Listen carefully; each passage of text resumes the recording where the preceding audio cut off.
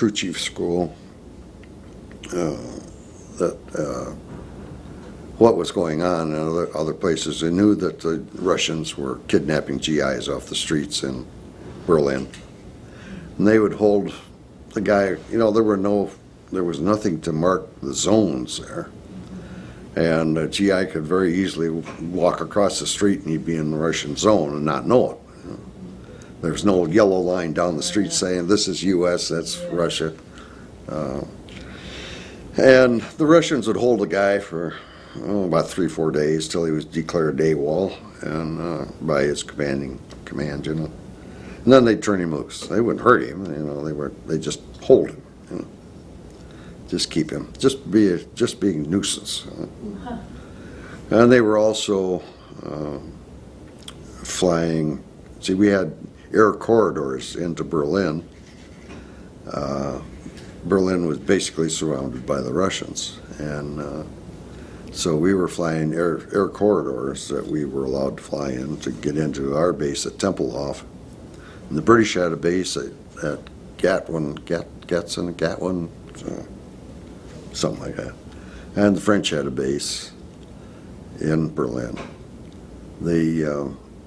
We also had a corridor down in Austria, and the Russians made a nuisance of themselves with their planes buzzing us and that kind of stuff. But the worst thing that happened was I landed at our base in Naples, Italy, and I opened the door up. Man, here comes a Jeep with a captain of the guard and 2 of the biggest MPs I've ever seen in my life. This captain jumped out of that Jeep and he came up to like a dutiful crew chief, opened the cargo door and put the ladder down, and I'm just getting ready to get down. And this captain stormed up there and he said, "Where the hell have you been?" And I said, "We just got here." "Sir?" He says, "I asked you, where the hell have you been?" I said, "Sorry, sir." Second answer, "Sorry, we just got here." So he brushed me aside and went up to see the pilot and co-pilot. We had just come down from the headquarters, and he didn't even apologize when he brushed me aside getting out, getting back in his Jeep. And he was a man with a mission, I guess. Anyway, it turned out that the last 3 digits and the serial number of my plane were the same as one that was based on their base, which was overdue. And when you call in on the radio, all we used was the last 3 digits. Well, it turned out the 4th digit lead number was different, and so they thought that we were their overdue airplane, and he was ready. They were ready to cart us off to jail. So anyway, it turned out we still didn't know this was the day after their plane was missing, and we got back to our base in Wiesbaden, and then we found out that the plane had been shot down, and the crew of 5 had been killed. They were in C-47s, and the Yugoslavs shot them down, killed our friends, the Yugoslavs. Then that was on the 19th of August of 46. And then on my birthday, the 22nd, they shot a second one down. Yeah. And that crew crash landed, crew of 3, pilot, co-pilot, and engineer. And they got out, or they returned them. But we also knew that somebody in some outfit in Germany, Nazis, were assassinating GIs as well as any Germans that cooperated with us. The first one they assassinated was military government just after the Army had crossed the Rhine in 44. They found they were looking for someone to volunteer to be mayor of the town, and there's finally someone stepped forward, and he took over the post. And about 3 days later, by this group of 3 from the SS, they were Nazi SS, and who had thrown their uniforms away and put on civilian clothes and doing just what some of the people are doing over in Iraq. They assassinated this mayor, and this was going on off and on periodically in Germany. And so the shooting didn't stop once the war ended. Once the war ended. May 45. What did you ever find out was the reason for the Yugoslav shooting? Well, it wasn't until years later that when I went to one of my reunions, outfit reunions, one of the fellows at the reunion was in Air Force Intelligence, and he at headquarters, and he said, "Oh, Charlie," he said, that was an intelligence mission, and a crew of 5 is not normal in a C-47. 3 or 4, sometimes 4, 2 pilots, crew chief or engineer, and then a radio operator. It's a crew of 4, but 5 indicates there's somebody else aboard who is doing maybe something else. So that was years afterwards. Matter of fact, probably about 20 years ago that I finally found out what it was all about. And then old President Truman had the 5 of them buried in the far corner of Arlington Cemetery, where they wouldn't be noticed. So. Well, that certainly is something I had never thought about, is the continuation of the war beyond, all the sabotaging and everything beyond the end of the official time. Still going on, yeah. They finally rounded up what it was. Heinrich Himmler had, I read a lot. Yeah. Heinrich Himmler had told a group of SS men in Stuttgart to throw away their uniforms and put on civilian clothes and start assassinating GIs and any Germans that helped us. And they didn't catch up with that crew until I think it was about the middle of 48. They finally got them. 47 or 48, somewhere in there. Military police finally got them. What do you think we need to know this next generation who weren't part of that? Well, what would you like to tell them? Believe me, when we talk about the concentration camps in Germany, there were over hundreds of them scattered around all over Germany. It happened. And those ovens did exist at Dachau and other camps. So anyway, I think that we always fall into this. The war's over, and so let's tear everything down and go back to civilian life and forget about the war and drop our guard, and then the next thing we know, we got somebody taking advantage of us again. I am very glad that we have an all volunteer military. I think it's the best way to go. Of course, I volunteered, and I feel that way. But it's the military service is. I was still staying in the reserves until maybe 52. Military is a good life. when you aren't being shot at. But there's a hazard. You're there for a reason, and you're there to learn a job that you are going to do. And I have since been the commander of the American Legion post here in Charlevoix, and also I just released the commandership of the VFW in Charlevoix this spring. And so I believe wholeheartedly in our military people and the veterans.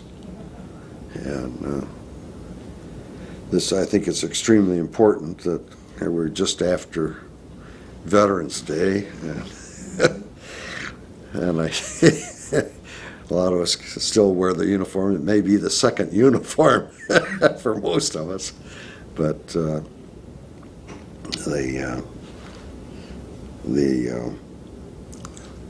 people who see the uniform, see on the street or in the restaurant, or they come up and say, well, "Thank you for your service," and I think that it's very heartwarming to know that. Not only adults, who are aware of but children as well. This last Friday, I was at the Central School in Petoskey with I'm an associate member in the Marine Corps League. There's a couple of us are old Army Air Corps guys in with these Marines. Split over there, they let you in, Yeah, and we can go out, pick cans up along the highway, but we can't hold office. So that's fine by me. But there's a bunch of stand-up guys, and there were a group of us that went to the Central School, grade school, 5th grade.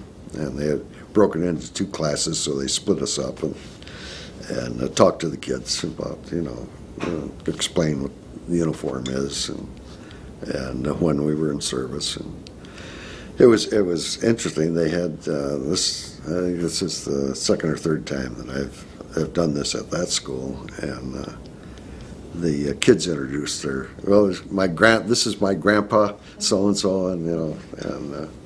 There was the little girl there that I saw her go over to the teacher and whisper something to her. I knew what she was doing, because I knew the girl. Mm-hmm. And she happens to be a granddaughter of a friend of mine. And so she stood up and she wanted to introduce me to the class. And then we went to lunch, and the kids went with us, So it was nice. And I enjoy doing that sort of thing, too. I have 2 questions that come out of this. One is, do you see a difference in how you're treated as a veteran now that we are at war, our country is at war, than you did, say, during peacetime in the 80s or 90s? I think, yes, absolutely. Before 9/11, I think that the veterans were pretty much taken for granted. While they're around us, and they have these parades and on 4th of July or, Memorial Day, so forth. But since 9/11, I think that this was a catalyst that brought home to all of the American people, and certainly it certainly impressed the young people. There's no doubt about that. And they hear about, I think it was about 3 or 4 years ago, the Charlevoix High School put on a program, and I rounded up, I guess about 4 of us, include Louie, that you just spoke to. And we went up on stage and led the kids in the whole high school in the auditorium, and the Pledge of Allegiance, that sort of thing. And they asked us to join, have a seat, you know. And then they put on a very outstanding slideshow. It was narrated, beginning with the Spanish-American War. Of course, that's when the VFW was formed, was after the Spanish-American War. And they went on through right up to the present day. And it was a very nice program. And then when it ended, then they stood up and cheered us, you know. Okay.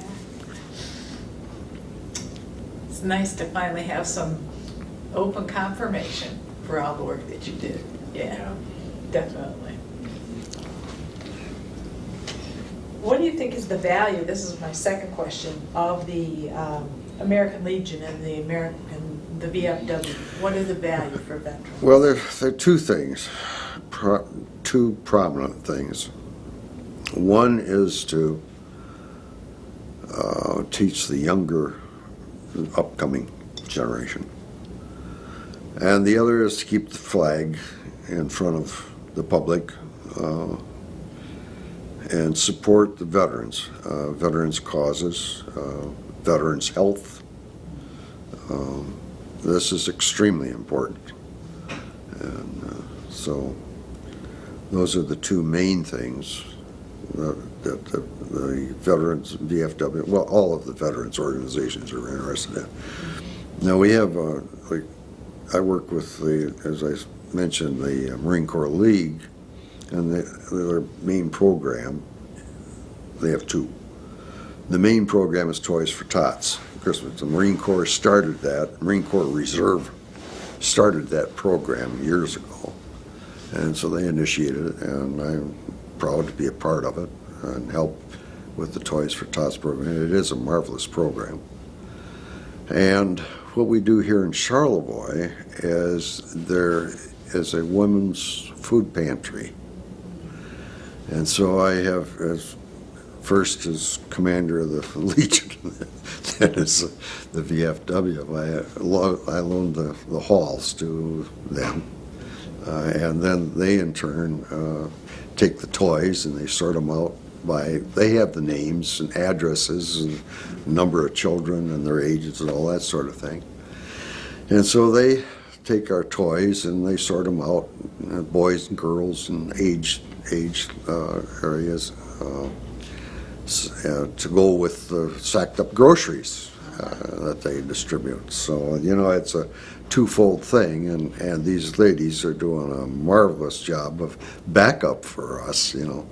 and we really appreciate it. So it's a very enjoyable program, very, very satisfying program. That's good. Yeah. Anything else you'd like to share? Well, I have been somewhat the instigator of a few things here since I'm not a native of Charlevoix. I'm like most of the people here, and I moved in Yeah. retirement. Yeah. So anyway, I started the new memorial for the veterans for Veterans Park. Hopefully we will get it built one of these days. And I also started the 4th of July parade. Many of us who came here thought that 4th of July was a part of the Venetian thing, and it's not. No. Not at all, and it never has been. Right. So when I found this out, I said, we are going to have 4th of July in Charlevoix, Michigan. And so I've charged the VFW with that responsibility, that and Veterans Day, both, when I left the high chair.